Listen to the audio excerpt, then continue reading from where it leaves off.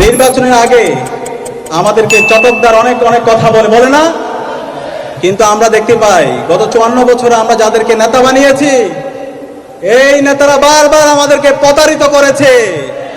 বারবার তারা দুর্নীতি, রাহাজানি, সন্ত্রাস, চাঁদাবাজি, টেন্ডারবাজির মাধ্যমে এই অঞ্চলের মানুষের যে মুক্তির আকাঙ্ক্ষা, সেই মুক্তির আকাঙ্ক্ষার সাথে তারা প্রতারিত করেছে। সে কারণে আগামী 12 ফেব্রুয়ারি যে জাতীয় নির্বাচন, সেই নির্বাচন আর ভুল করে চলবে না। আমরা আর প্রতারিত হতে চাই না। আমরা আমাদের সঠিক প্রতিনিধিকে নির্বাচিত করতে চাই। আপনারা কি পারবেন ইনশাআল্লাহ? আগামীর যে নির্বাচন, সেই নির্বাচনে আমাদেরকে 2টা ভোট দিতে হবে। সবাই জানেন তো? প্রথম ভোট হচ্ছে আমাদের এই বাংলাদেশ আগামী 100 বছর কিভাবে পরিচালিত হবে, সেই বাংলাদেশের ভাগ্য নির্ধারণের জন্য ভোট। সেই ভোটের নাম হচ্ছে গণভোট। সেই গণভোটে আমাদের হাকে বিজয় করতে হবে। আমরা কি পারবো? হা মানে বাংলাদেশ। সবাই একসাথে বলেন, হা মানে বাংলাদেশ, হা মানে বাংলাদেশ, হা মানে ইনসাফ, হা মানে ভারতীয় আধিপত্যবাদের বিরুদ্ধে সংগ্রাম, হা মানে শহীদ উসমান হাদির হত্যার বিচার, হা মানে বাংলাদেশে বিগত সময়ে যেই ফ্যাসিবাদী কাঠামো ছিল, সেই ফ্যাসিবাদী কাঠামোকে ভেঙে নতুন রাজনৈতিক সংস্কৃতি বিনির্মাণ করা, হা মানে এই পুরান ঢাকার মধ্যে গত 54 বছরে যেই চাঁদাবাজি, টেন্ডারবাজি, রাহাজানি তৈরি হয়েছে, সেই সিন্ডিকেটকে সমূলে উৎপাটন করা। আমরা বাংলাদেশের রাজনৈতিক দলগুলোকে আহ্বান করব, আপনারা নির্বাচনে যেই নির্বাচন করেন এই হায়ের পক্ষে আপনাদেরকে অবস্থান নিতে হবে। কিন্তু আমাদের খারাপ লাগে, আমরা কষ্ট পাই। দীর্ঘ ফ্যাসিবাদ বিরোধী যারা আমাদের সাথে আন্দোলন করেছে, লড়াই করেছে, যারা মজলুম ছিল, তারা আজকে হায়ের বিপক্ষে অবস্থান নিচ্ছে।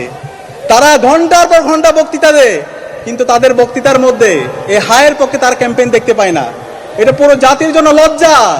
আপনারা যদি হায়ের বিপক্ষে অবস্থান নেন, 12 ফেব্রুয়ারি বাংলাদেশের জনগণ আপনাদের বিরুদ্ধে ব্যাপকভাবে প্রতিরোধ গড়ে তুলবে ইনশাআল্লাহ। আপনাদের অবস্থান পরিষ্কার করতে হবে।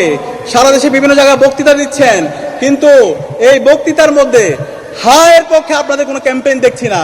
আপনাদের নেতৃবৃন্দ তারা ন্যায়ের পক্ষে ক্যাম্পেইন নিচ্ছেন। এই ন্যায়ের পক্ষে ক্যাম্পেইন নেওয়া মানে জুলাই শহীদদের আকাঙ্ক্ষার সাথে প্রতারণা করা।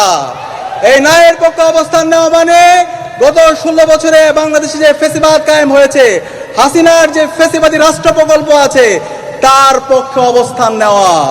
এই ন্যায়ের ক্যাম্পেইন করা মানে গত 16 বছরে বাংলাদেশে যে গুম, খুন, আয়নাঘর তৈরি হয়েছে, তার পক্ষে অবস্থান নেওয়া।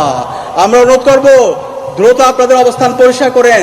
এখন পর্যন্ত অনেক জায়গায় আপনাদের বক্তব্য শুনেছি, জনসভায় বক্তৃতা দিয়েছেন দেশনায়ক, কিন্তু একটা বারের জন্য আপনি হায়ের পক্ষে ক্যাম্পেইন করার সময় পাননি।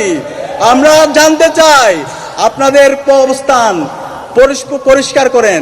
আপনারা যদি এই অবস্থান পরিষ্কার করতে না পারেন, তাহলে বাংলাদেশের এবারের যারা ভোটাররা আছে, 4 কোটি যে তরুণরা আছে, তারা আপনাদের বিপক্ষে অবস্থান নেবে। সুতরাং রাজনৈতিক দলগুলোকে আমি আহ্বান করবো, ইতিমধ্যে আমরা দেখতে পেয়েছি 11 দলীয় জোটের প্রত্যেক নেতৃবৃন্দ তারা হায়ের পক্ষে অবস্থান নিয়েছেন। ইনশাআল্লাহ এই নির্বাচনে ব্যাপক ব্যবধানে বিজয়ী হয়ে এবং ইনসাফের প্রতিনিধিরা বিজয়ী হয়ে বাংলাদেশের 54 বছরে যে বঞ্চনা তৈরি হয়েছে, যে জুলুমতন্ত্র তৈরি হয়েছে, যে মাফিয়া তন্ত্র তৈরি হয়েছে, তার সমূল উৎপাটন করা হবে ইনশাআল্লাহ। এবং বাংলাদেশের এই অঞ্চলের মানুষের দীর্ঘদিনের যে আকাঙ্ক্ষা, একটা ইনসাফ ভিত্তিক বৈষম্যহীন বাংলাদেশ বিনির্মাণ করা, সেই বাংলাদেশ বিনির্মাণ হবে ইনশাআল্লাহ।